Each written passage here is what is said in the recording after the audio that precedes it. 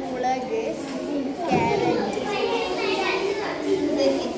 ഞങ്ങൾ ഉണ്ടാക്കിയ സാധനങ്ങൾ ക്യാരറ്റ്, മാങ്ങ, ചില്ലി, വെണ്ടക്ക, മത്തങ്ങ. തക്കാളി, വഴുതനങ്ങ, ക്യാരറ്റ്.